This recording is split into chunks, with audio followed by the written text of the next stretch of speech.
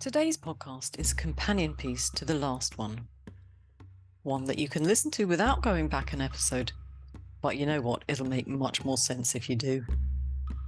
Last time, you see, I talked about a single object haiku, and one of the protagonists in the podcast I put together suggested that all hokku are single object hokku.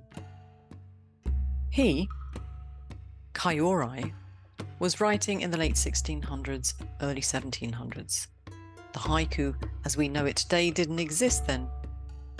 They were often hokku or other verses within the renga. Kaiori was one of Basho's primary disciples, one of his 10 philosophers, I think they were known as.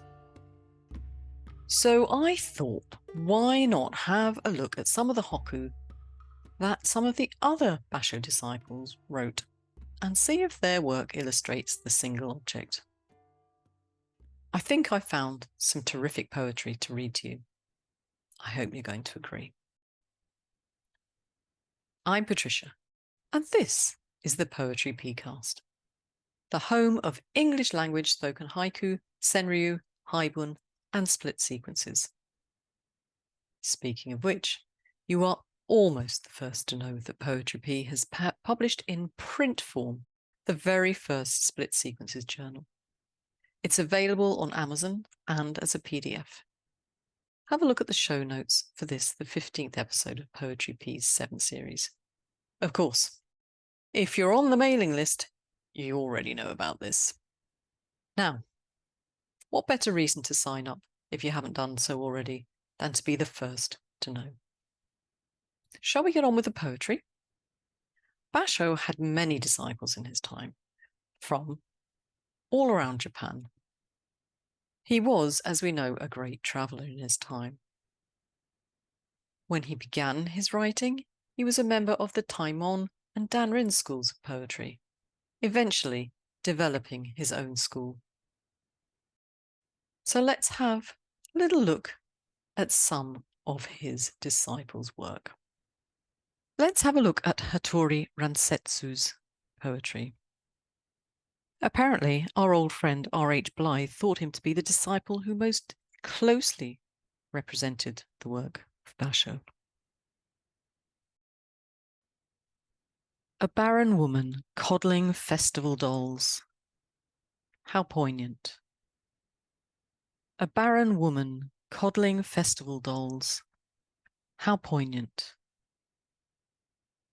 That one was translated by Adam L. Kern. Paulownia leaves scatter, crinkle, one by one, on the breeze. Paulownia leaves scatter, crinkle, one by one, on the breeze. Also translated by Adam L. Kern.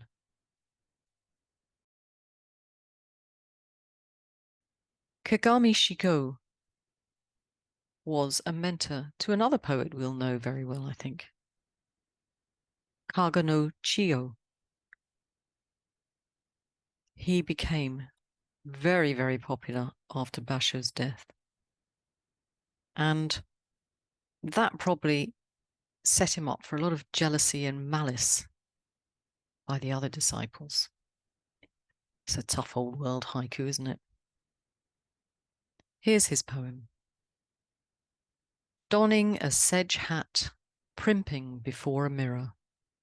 Tea leaf picker. Donning a sedge hat, primping before a mirror. Tea leaf picker. What do you think? Toriavaza? I think so. Mukai Kori is the poet who, of course, said that all hokku are single object haiku, or hokku, I should say. So I thought it would be a good idea to have a couple of his works in the mix today. He also wrote poetry with his sister, you know. If you want to look it up, it's called A Journey to Issa, and it was published around 1686. Within my grasp, sadly vanishing, a firefly. Within my grasp, sadly vanishing, a firefly. Translated by Adam L. Kern. And I reckon this is a case of the reversal of expectations. That firefly, and they are very, very bright, disappearing. We'd expect it to keep shining, wouldn't we? Or at least I would. But then I've only seen them once. The skylark and the hototogishu make a cross with their singing. The skylark and the hototogishu make a cross with their singing. If you don't know what the hototogishu is, and I'm probably pronouncing it wrong, it's a cuckoo to those of us in the West. And that poem was translated by R.H. Blythe. Is it a single object haiku? You could make the case that it's about two birds, but for me it's all about the sound. Blythe points out that the skylark flies straight up, whilst the cuckoo flies slanting and horizontal. He feels, perhaps as I do, that it's the singing that makes the cross. So I'm going with a single object haiku, or hokku, as it might well have been. Takahari Kikaku. This is a chap who, after Basho's death, developed a style of haiku which was damned as heretical, no less, and maybe could be seen as the spiritual forebear of the senryu. My type of guy. The beggar. He has heaven and earth for his summer clothes. The beggar. He has heaven and earth for his summer clothes. I wonder, could that have been considered as heretical, a bit on the naughty side at his time? Sleeping butterfly. What do you do night after night? Sleeping butterfly. What do you do night after night? And this one was translated by Hiroaki Sato and Burton Watson. Last time, we didn't touch on the idea of putting a question in your haiku, but I think it works, doesn't it? And now a female poet, Kai Jigetsu.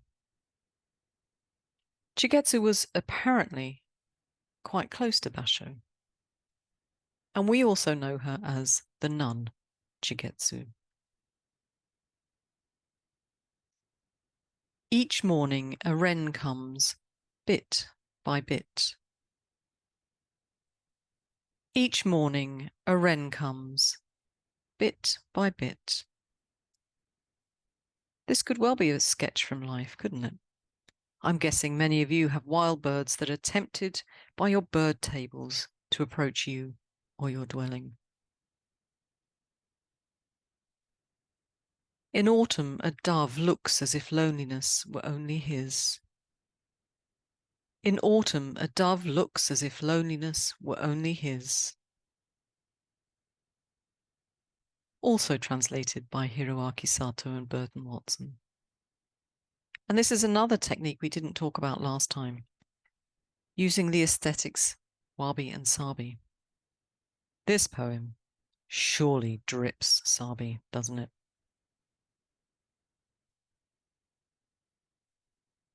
And last but not least, Yamamoto Kakai.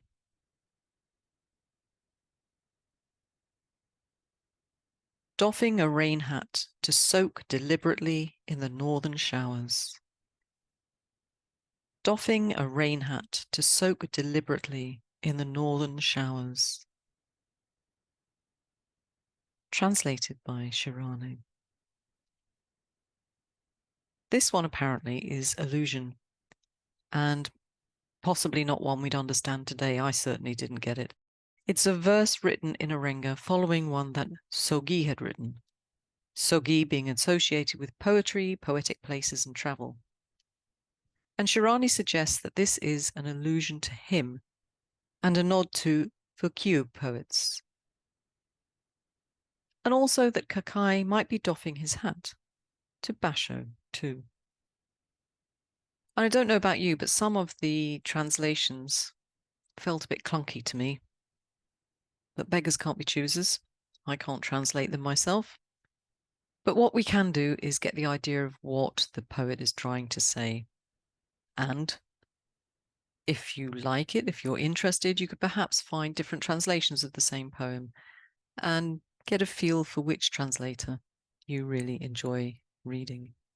We'll be doing a little bit more about that and about the schools of haiku later this year or next year. I hope these poems added a little to the single object haiku podcast from last time. Although I was able to find these examples of single object haiku from Basho's disciples, I actually found more that didn't focus on one single thing. So I'm concluding that Kaori was probably not correct in his statement that all hokku are or were single object. Nonetheless, I still think it's an interesting way to write our haiku today, and I look forward to reading your haiku in May 2024, or seeing examples in your poetry whenever you decide to submit. I enjoyed putting this together. I always enjoy reading lots of poems. If you enjoyed it too, perhaps you'll consider becoming a member to support the work of Poetry Pea. There are some benefits to you too. Details, of course, in the show notes.